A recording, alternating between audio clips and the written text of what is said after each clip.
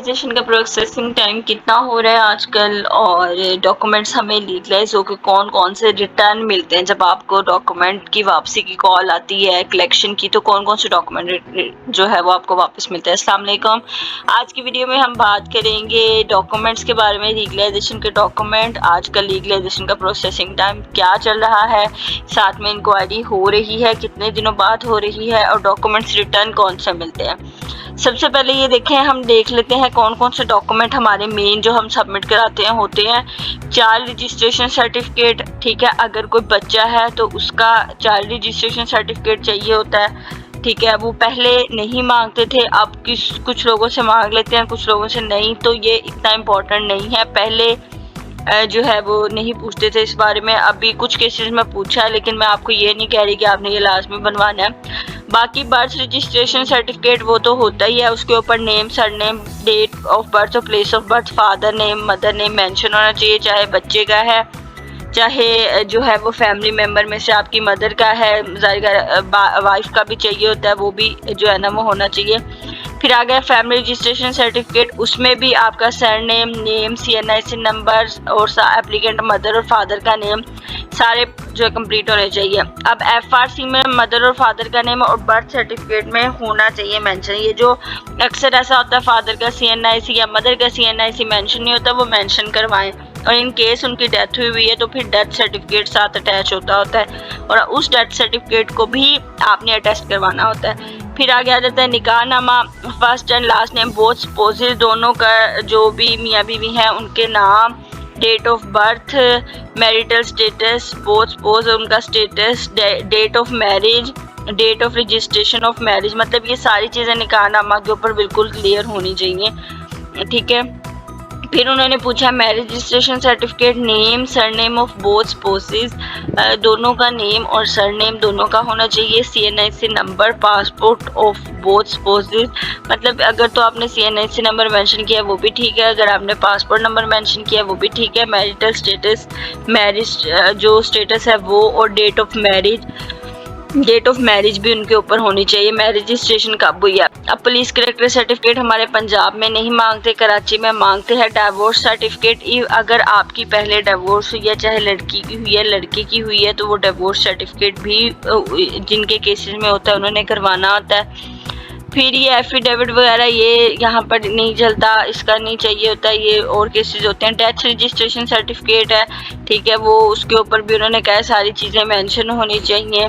और उन्होंने ये कहा कि यूनियन काउंसिल से अगर आप कोई करेक्शन कराते हैं या लेटर है तो उसके ऊपर sir CNIC number, passport number या स्टैम्प, सिग्नेचर, और वो सारी चीज़ें वो आपको पता है, जहाँ जहाँ करेक्शन करवानी होती है वहाँ वहाँ phone number, CNIC number, signature और डेट मेंशन होनी चाहिए। फिर उन्होंने कहा कि जब डॉक्यूमेंट आपके चेक होते हैं तो फिर उसमें सबसे पहले तो QR आपका मिनिस्ट्री ऑफ फॉरेन अफेयर से जो QR होता है वो आपने स्कैन कर लेना है। बारकोड रीडर या बारकोड रीडर एक ऐप है, गूगल प्ले स्टोर पे पड़ी है, आप वहाँ से अपना डाटा जो है वो जहाँ पर आपके स्टैम्प्स लगी होती हैं उनको स्कैन कर सकते हैं, ठीक है, जो मिनिस्ट्री ऑफ फॉरेन अफेयर की स्टैम्प्स होती हैं। अगर आपको कोई मसला आ रहा है या इससे आपको ये जब आप वहाँ जाते हैं तो अक्सर ऐसा होता है आपका कोई डॉक्यूमेंट सही से स्कैन नहीं हुआ होता, ये शो नहीं हो रहा होता, फिर उस मसले से बचने के लिए बेहतर है कि आप घर में सबसे पहले उसको स्कैन करके खुद देख लें कि हमारे सारे डॉक्यूमेंट सही से मिनिस्ट्री ऑफ फॉरेन अफेयर से स्कैन हो गए हैं।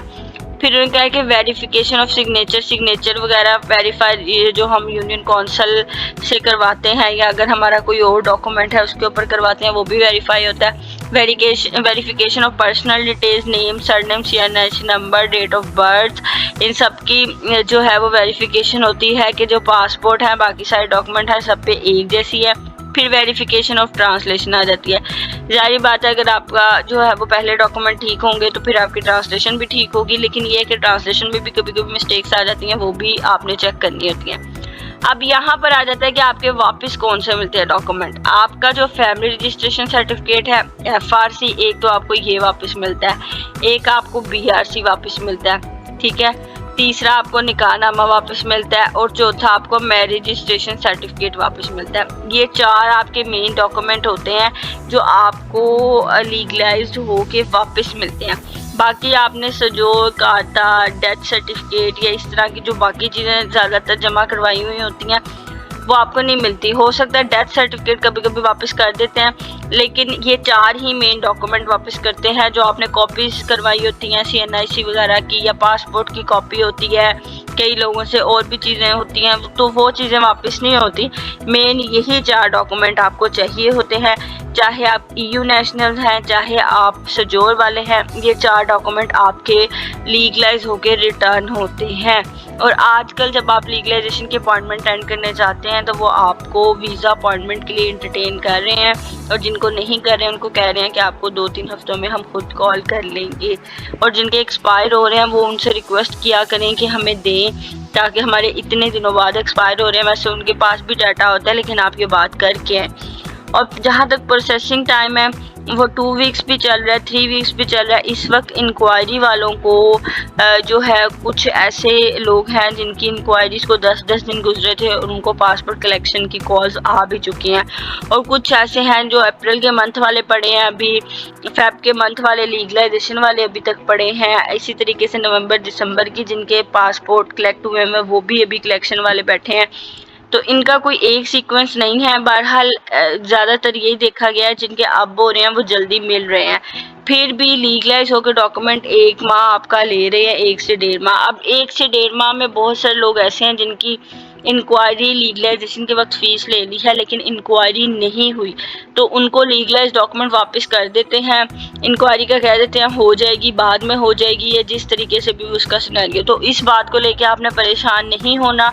अगर आपको डॉक्यूमेंट कलेक्शन की कॉल आती है तो आप उनसे जाके डॉक्यूमेंट लें और आगे अपनी वीज़ा अपॉइंटमेंट करें। इंक्वायरी वाले चाहे आप उसी वक्त आ जाएं, चाहे बाद में आ जाए, चाहे वीज़ा की अपॉइंटमेंट के बाद आ जाए, उसका कोई इशू नहीं है, ठीक है। तो इस बात को लेके आपने परेशान नहीं होना। बाकी जहाँ तक लीगलाइजेशन की अपॉइंटमेंट की बात है तो वो मुझे सुनने में आ रहा था कि कुछ लोगों ने ये बात कही है कि मई के मिड में शायद ओपन हो। मई का मिड तो वैसे चल रहा है लेकिन मेरी इंफॉर्मेशन के मुताबिक ऐसा नहीं है। 1 से 1.5 माह अभी लीगलाइजेशन नहीं होनी ओपन। हाँ, अलबत्ता अपॉस्लेट आएगा, अपॉस्लेट के बारे में हम मुझे इंफॉर्मेशन मिली हैं, तो वो इंशाल्लाह 1-2 माह में, 2 या 2.5 माह में इंशाल्लाह वो एक्टिव होगा। लाहौर का ये इंफॉर्मेशन मिली है, बाकी इंशाल्लाह मज़ीद कंफर्म टाइम के साथ साथ होता रहेगा। उससे पहले की तो भी कोई ख़बर नहीं है। अल्लाह पाक खैर करे, आप सबको कामयाब करे, अपने हिफ्ज़ अमान में रखें। चैनल को सब्सक्राइब कीजिएगा। और एंड पर मैं आपको ये बताना चाह रही हूँ कि बहुत सारी इन्फॉर्मेशन मैं यहाँ पे शेयर करती हूँ। हम लोग जो है वो वीज़ा सर्विसेज उसमें है, फॉर्म फिलिंग की सर्विसेज दे रहे हैं। आप लोगों ने अगर कोई अपॉइंटमेंट बुक करवानी है पोर्टल से या आपसे नहीं हो रही, हम उसकी सर्विसेज भी दे रहे हैं। मज़ीद अगर आपने डॉक्यूमेंट चेक करवाने हैं, मेरे ऑफिस का एड्रेस मैं कार्ड भी शेयर कर दूँगी, आप वहाँ आके अपना जो है वो डॉक्यूमेंट भी चेक करवा सकते हैं। मज़ीद आपको किसी भी किस्म की सर्विसेज की ज़रूरत है आप हमसे ले सकते हैं। एक नई सर्विसेज भी हम इंट्रोड्यूस कर रहे हैं, वो अभी चल रही हैं, बल्कि हमारी उसके ऊपर हमारी सर्विसेज नेक्स्ट वीडियो में मैं उसको भी एक्सप्लेन करूँगी। उसमें आ जाती है फ़्लाइट बुकिंग्स, वो भी हम लोग कर रहे हैं। आपने कहीं भी ट्रैवल करना, चाहे इटली है, अदर देन इटली है, हम आपकी फ़्लाइट बुक कर सकते हैं आपके बिहाफ पे। आपने हमसे करवानी हो तो आप हमारी सर्विसेज ले सकते हैं। Thank you so much. अल्लाह हाफिज़।